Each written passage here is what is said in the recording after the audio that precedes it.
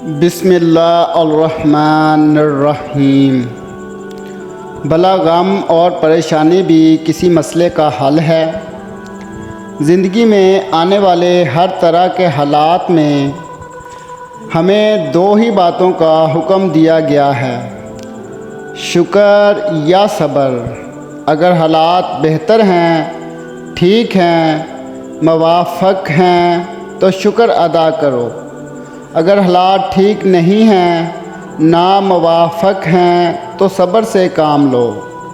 ان کے علاوہ وہ تیسرا رستہ نہیں ہے۔ ہاں، ناموافق حالات میں طبعی طور پر پریشان ہونے اور غم زدہ ہونے میں کوئی حرج نہیں، لیکن دل صبر سے لبریز ہونا چاہیے۔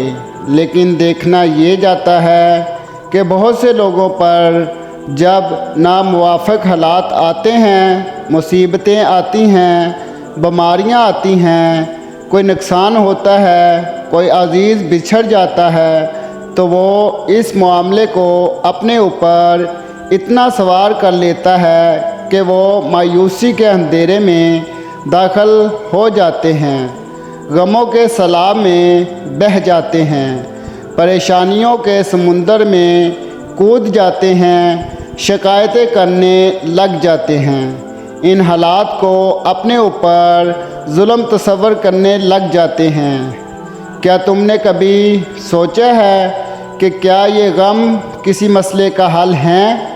اس قدر پریشان ہو جانا کسی مصیبت کا حل نہیں ہے۔ یوں مایوس ہو جانا کسی بیماری کا حل نہیں ہے۔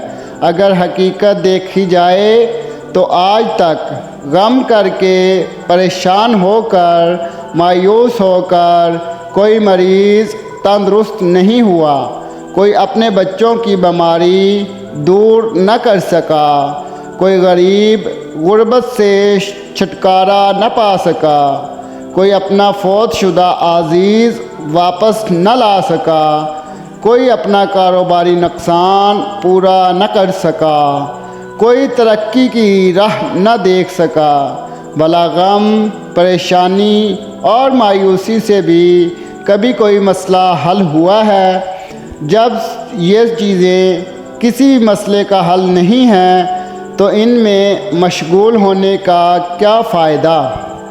ان کو دل میں بسانے کی کیا ضرورت؟ ان کو سینے سے لگانے سے کیا حاصل؟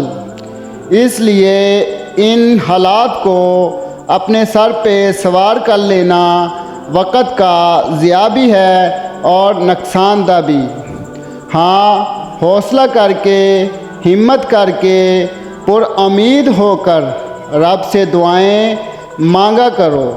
جائز اسباب اختیار کر کے، رب پر توکل کر کے اور صبر کر کے بہت سے مسائل کا حل نکل سکتا ہے، بہت سے نقصانات سے پورے کیے جا سکتے ہیں، بہت سی بیماریوں سے نجات حاصل کی جا سکتی ہے، راحت سے زندگی گزاری جا سکتی ہے، ترقی کی راہ دیکھی جا سکتی ہے، کامیابی کی منزلیں طے کی جا سکتی ہیں۔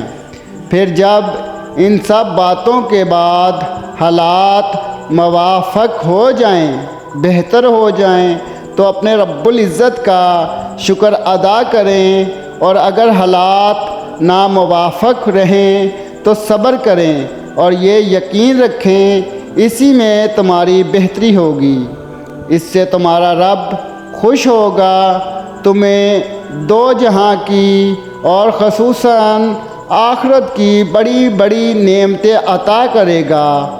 تمہیں اور کیا چاہیے کہ تم اس کے امتحان میں کامیاب ہو جاؤ۔ ہمارا ایک ساتھی جس نے ایک ورکشاپ میں بندے سے یہ بات سن رکھی تھی، ایک دن کالج جاتے ہوئے ان کا قیمتی اسمارٹ فون چوری ہوا، تو انہوں نے صبر سے کام لیا۔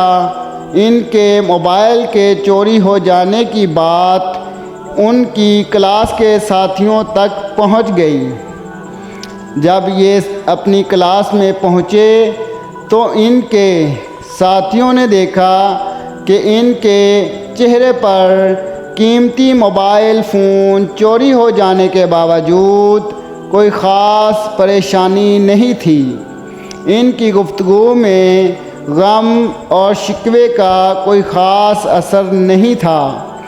تو ان کے ساتھی انہیں کہنے لگے کہ بھائی آپ کا قیمتی موبائل چوری ہوا ہے اور تمہیں تو کوئی غم ہی نہیں۔ تو انہوں نے جواب دیا، میں کہا کہ اگر غم کرنے اور رونے دھونے سے میرا موبائل فون واپس آ سکتا ہے تو لاؤ ہم پوری کلاس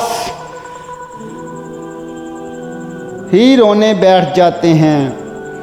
اسی طرح ہمارے ایک اور قریبی ساتھی، کئی سال پہلے کی بات ہے کہ وہ اپنے بچوں کی بیماری کی وجہ سے کافی پریشان رہتے تھے۔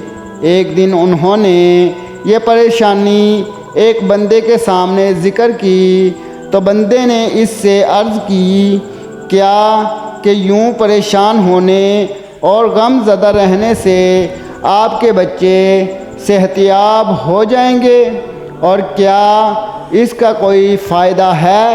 کہنے لگا کہ نہیں۔ تو بندے نے عرض کی، کیا کہ پھر صبر کیجئے، ہمت کیجئے، پرسکون رہیے، علاج جاری رکھیے، دعا کیجئے کہ یہی آپ کے بس میں ہے اور اسی سے فائدے کی امید ہے۔ تو ان باتوں سے ان کو اتنا فائدہ ہوا کہ وہ اکثر کہا کرتے ہیں کہ ان باتوں کے بعد مجھے کبھی کسی معاملے میں ایسی پریشانی اور غم لاحق نہیں ہوا۔ اس لیے ہر شخص کے پاس دو ہی راستے ہیں، ایک شکر اور دوسرا صبر۔ انہی کو سامنے رکھ کر زندگی بسر کرنی چاہیے۔ اسی میں ہمارے رب العزت اللہ تعالیٰ کی رضا ہے، تمہاری کامیابی ہے، تمہاری راحت ہے۔ یہ امید بڑی تحریر ضرور اپنے دوستوں تک شیئر کریں، ہمارے یوٹیوب چینل کو سبسکرائب کریں، بیل کے نشان پر بھی ضرور کلک کریں تاکہ ہم آپ کے لیے مزید ایسی اسلامک اچھی ویڈیو بنا سکیں۔ تھینکس فار واچنگ ویڈیو، جزاکم اللہ خیر۔